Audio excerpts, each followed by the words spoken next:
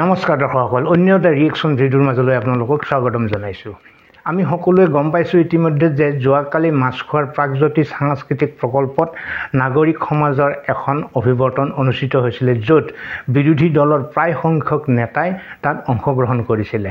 সেই সভাতে বিৰোধী দলৰ নেতাসকলে মিত্ৰতা সম্পৰ্কত সহমত পোষণ কৰে। এই সম্পৰ্কত সাংবাদিকে মুখ্যমন্ত্ৰী ডক্টৰ হিমন্ত বিশ্ব শৰ্মাক কিছু প্ৰশ্ন কৰিছিলে। সেই প্ৰশ্নৰ উত্তৰত মুখ্যমন্ত্ৰীগৰাকীয়ে কি কৈছে আমি শুনি লওঁ আহক।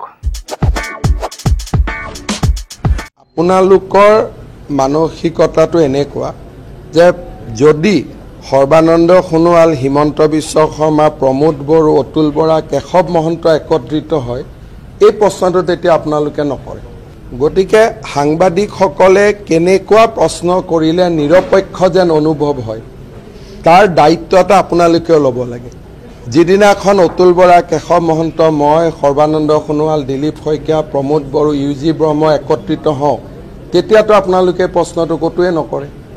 গতিকে আপোনালোকৰ যিটো বায়াছনেছ, সেইটোক দেখিলে মোৰ আপোনালোকৰ প্ৰতি মাজে মাজে সান্তনাও উপজে, অলপ অলপ খঙো উঠে, অলপ অলপ বেয়াও লাগে, অলপ অলপ দুখো লাগে যে আপোনালোক ইমান বায়াছ কিয় হৈছে, আৰু এই যিকেইজন মানুহ লগ লাগিছে তেওঁলোকে কিমানবাৰ হাৰিব লাগে।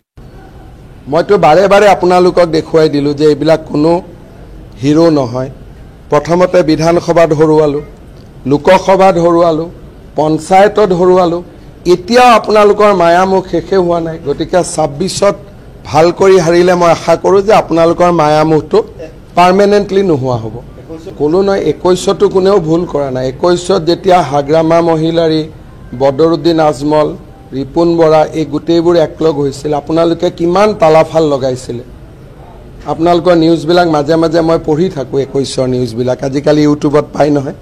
গতিকে মই মাজে মাজে এই নিউজবিলাক উলিয়াই পঢ়ি থাকোঁ। গতিকে আপোনালোকে নিজৰ 21ত কৰা নিউজবিলাক পঢ়িবচোন, যে বিজেপি গ'লেই আৰু নায়েই, কৰিছিল নাই, 21ৰ নিউজবিলাক আপোনালোকে অলপ উলিয়াই চাবচোন।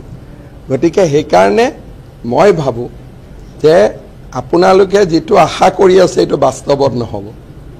এইটো এই BTC ইলেকশ্যনতে এটা ৰিজাল্ট পাব। হৰা মানুহকে আৰু কিমানবাৰ হৰুৱাই দেখুৱাম, এয়া হৈছে মুখ্যমন্ত্ৰীগৰাকীৰ আত্মবিশ্বাস।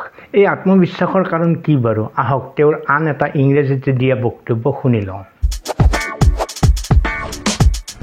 In Lok Sabha we got 96 seats,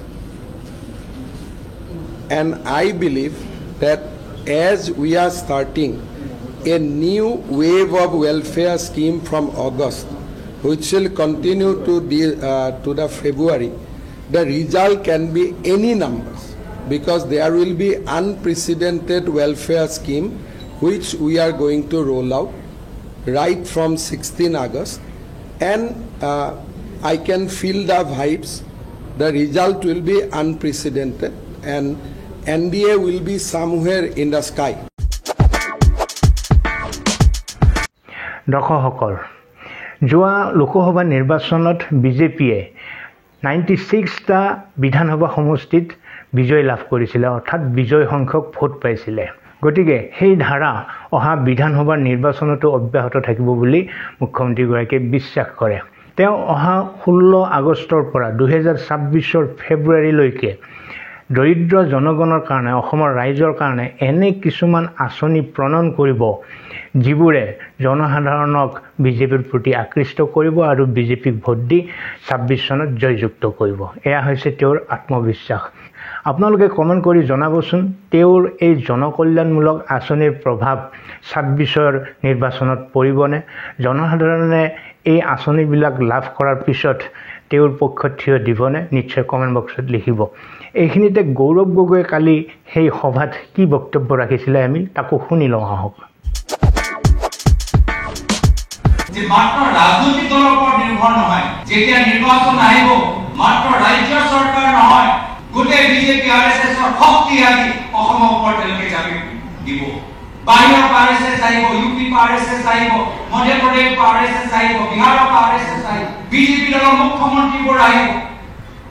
আৰু সেইকাৰণে আমিও প্ৰস্তুত, আমিও এটা সৰু দল নহয়, আমিও মাত্ৰ অসম প্ৰদেশ কংগ্ৰেছ নহয়, য'ত য'ত আমাৰ কংগ্ৰেছ আছে আমি সেই সকলক আমি অসম আনিছোঁ।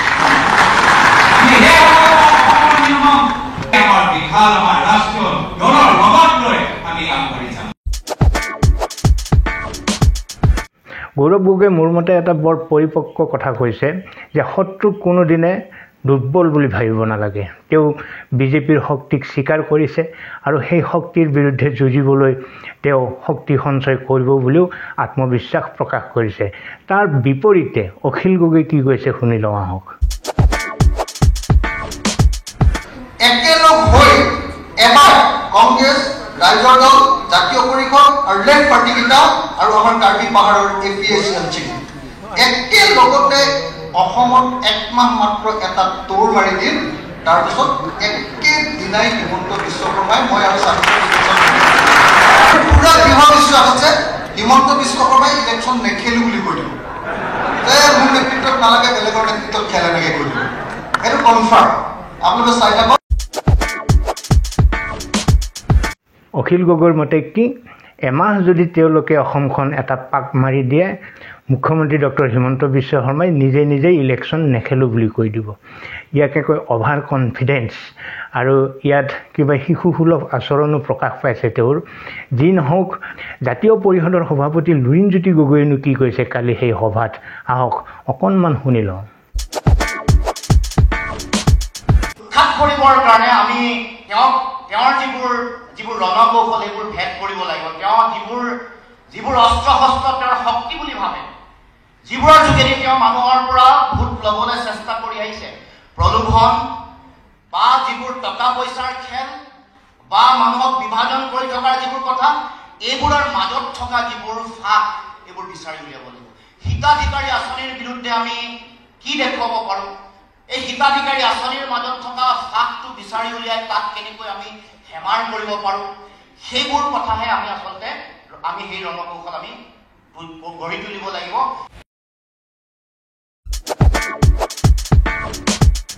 দৰ্শকসকল, তেওঁ হিতাধিকাৰীৰ বিৰোধিতা কৰা যেন লাগিছে বক্তব্যত, কিন্তু আমি জানো যে তেওঁ যাৰ লগত লগ হৈ ইলেকশ্যন খেলিবলৈ হাবিয়াস কৰি আছে সেই দল কংগ্ৰেছে যোৱা পঞ্চায়ত নিৰ্বাচনত অৰুণোদয় আঁচনিৰ ধন 1250 টকাৰ পৰা বিজেপিয়ে যিটো দি আছে 1250 টকা তাৰ ঊৰ্ধলৈ গৈ তেওঁলোকে 2500 টকাকৈ দিম বুলি নিৰ্বাচনী ইস্তাহাৰত লিখিছিলে। গতিকে কিহৰ ভিত্তিত লুৰিণজ্যোতি গগৈয়ে সেই হিতাধিকাৰী আঁচনিবিলাকৰ বিৰোধিতা কৰিছে, কি অৰ্থত কৈছে মই বুজিব পৰা নাই। আপোনালোকে নিশ্চয় কমেণ্ট বক্সত লিখিব। যি নহওক মুখ্যমন্ত্ৰীগৰাকীৰ আত্মবিশ্বাস, গৌৰৱ গগৈৰ যুঁজাৰ মানসিকতা আৰু অখিল গগৈৰ যি অভাৰ কনফিডেন্স তথা লুৰিণজ্যোতি গগৈৰ হিতাধিকাৰী বিৰোধী যি ৰাজনীতি, কোনটোক আপোনালোকে সমৰ্থন কৰিছে?